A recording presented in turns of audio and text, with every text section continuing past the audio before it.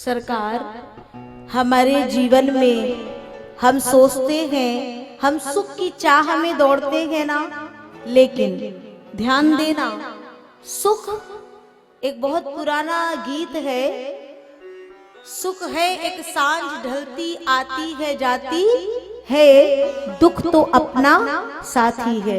मैंने ये बात क्यों कही? क्योंकि जिस इष्ट कृष्ण की कथा हम सुन रहे हैं, आप कृष्ण के चरित्रों पर अगर नजर डालेंगे तो भगवान श्री कृष्ण का पूरा जीवन दुखों से भरा है। जन्म लिए तो कारागार में, लौटे तो गोकुल आए, गोकुल भी छोड़ना पड़ा। इतने दैत्य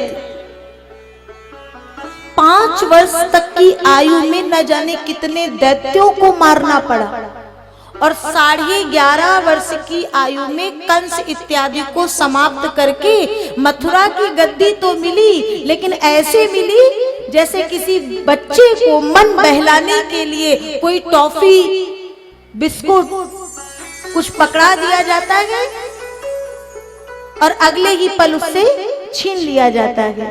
गद्दी मिली, असली जन्मदाता भी मिले, छूट गए। भगवान वहां से आगे बढ़ गए, रातों रात कहाँ रहे, सबसे दूर चले गए। कृष्ण का पूरा जीवन ऐसे ही कष्टों से भरा है, और हम जब कृष्ण की भक्ति करते हैं तो हम चाहते हैं परमात्मा हमें एक ही पल में 56 लाख की जागीर सौंप दे। ऐसा नहीं है। भगवान जब किसी को अपनाते हैं ना तो क्या करते हैं, इसकी सबसे बड़ी पहचान है, जब कृपा करते हैं श्री भगवान तो उसकी सबसे बड़ी पहचान। भगवान की कृपा की सबसे बड़ी पहचान है, जब कृपा करते श्री भगवान तो छीन लेते हैं सब धन सम्मान। तुम्हारे पास सर्वप्रथम धन मान सम्मान जिसका हम लोगों को अभिमान हो जाता है ना, भगवान सबसे पहले वो छीनते हैं, छीन लेते हैं सब धन सम्मान।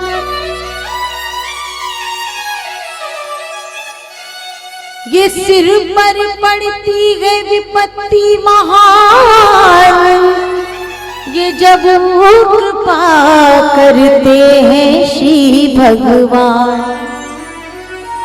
और जो ठाकुर जी का भक्त इस परीक्षा में पास हो गया, फिर ठाकुर जी क्या करते हैं पता है, उसको अपने सिर पर अपने मुकुट की मणि बनाकर के धारण करते हैं।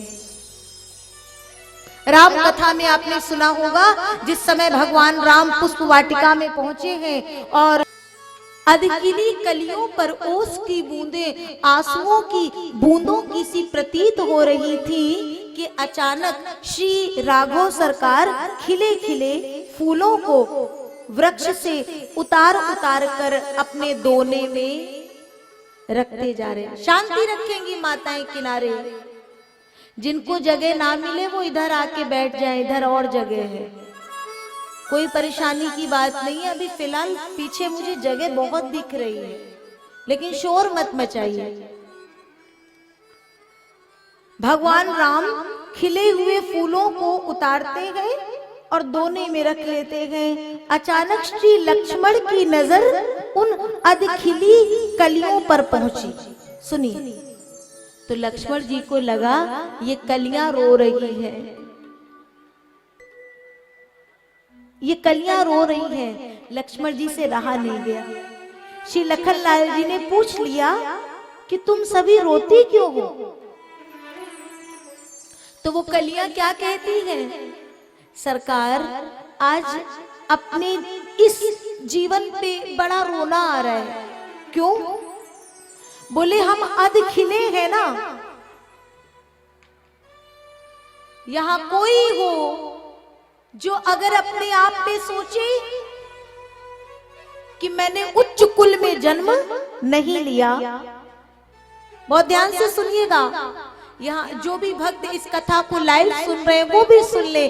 किसी के मन में भावना हो मैं ज्यादा सुंदर नहीं दिखता हूं, मेरे पास कोई आभूषण नहीं है, या मैंने बहुत उच्च कुल में जन्म नहीं लिया है, तो श्री ठाकुर जी हमें स्वीकार नहीं करेंगे। ये उनके लिए चिंता करने की बात नहीं है। मेरे ठाकुर का स्वभाव जान लो। लखनलाल जी कहते हैं सुनो, तुम चिंता मत करो। जो खिले थे, कलियां कहती हैं अगर हम भी खिले होते उन फूलों की तरह तो हमारे भी भाग्य खुले होते। और श्री प्रभु रामचंद्र जी हमें अपने हाथों में लेकर के और अपने श्रीकर में अपने दूसरे हाथ में स्वीकार कर लेते। हमारा कितना बड़ा सौभाग्य होता। अधखिली कलियां जिस समय रोने लगी, लखनलाल जी कहते सुनो, जो खिल गए हैं वो अपने खिलेपन पे ज्यादा अभिमान न करें, क्योंकि अभी बड़े से बड़े खिले हुए को, बड़े से बड़े ऊंचे पद में प्राप्त को ठाकुर जी को 2 पल मात्र नहीं लगता है गिराने में। उनके कौन से हाथ का काम है? बाएं हाथ का काम है सरकार, क्योंकि अभी वो भगवान के केवल हाथ में है। और तुम चिंता क्यों करती हो? आओ मैं तुम्हें स्थान देता हूँ। उन कलियों को निकाले और श्री ठाकुर जी के मुकुट के बीच में कुछ बीच कुसुम कली के जाकर के उस मुकुट के बीच के गुच्छे बना करके ठाकुर जी के मुकुट में धारण करा दिए। फिर कहते हैं कि मोर पंख मिला। बोले तुम यहाँ क्यों पड़े हो? मोर पंख से पूछे, बोले हम जिनके पीछे पड़े थे वो हमको पीछे छोड़ के चले गए। मुझे लगता है ये बहुत, मैं जब से राम कथा गा रही हूँ तब से मैं ये प्रसंग कहती हूँ कि वो मोर कोई और नहीं, वो मोर वही है जो हम आप सब कहते हैं ना, मैं अरु मोर तोर तह माया। ये घर मेरा, ये पत्नी मेरी, ये बच्चे मेरे, ये माँ मेरी, ये बहन मेरी, ये मेरा पना ही वो मोर है। और जब तक हम मोर इन मोरों के चक्कर में पड़े रहेंगे तो ये सब के सब मोर एक दिन आगे बढ़ जाएंगे और हमें पीछे छोड़ देंगे। बताओ जरा, कौन सा संबंध हमें साथ लेके आज तक गया है? कोई नहीं ना।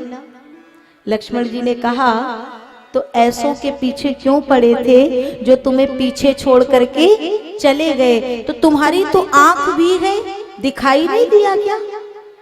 अब बताओ जरा, हम लोगों के पास आंखें हैं ना, नेत्र है, लेकिन ये नेत्र किस काम के हैं? इन नेत्रों से हमने अगर भगवान को नहीं देखा और ये स्वप्नवत संसार को देख करके सत्य माना, इसका मतलब हमारे आंखें, हमारे नेत्र भी केवल दिखाने भर के हैं, ये देखने योग्य नहीं। बोले तुम भी चिंता ना करो, तुम भी आओ। जिसमें देखने की सामर्थ्य ना हो, जो अध खिले हो, वो सब आओ। सबको मेरे ठाकुर जी अगर तुम समर्पण कर दोगे सच्चे हृदय से तो श्री ठाकुर जी अपने मुकुट में धारण करेंगे। ये भगवान का स्वभाव है। मिलके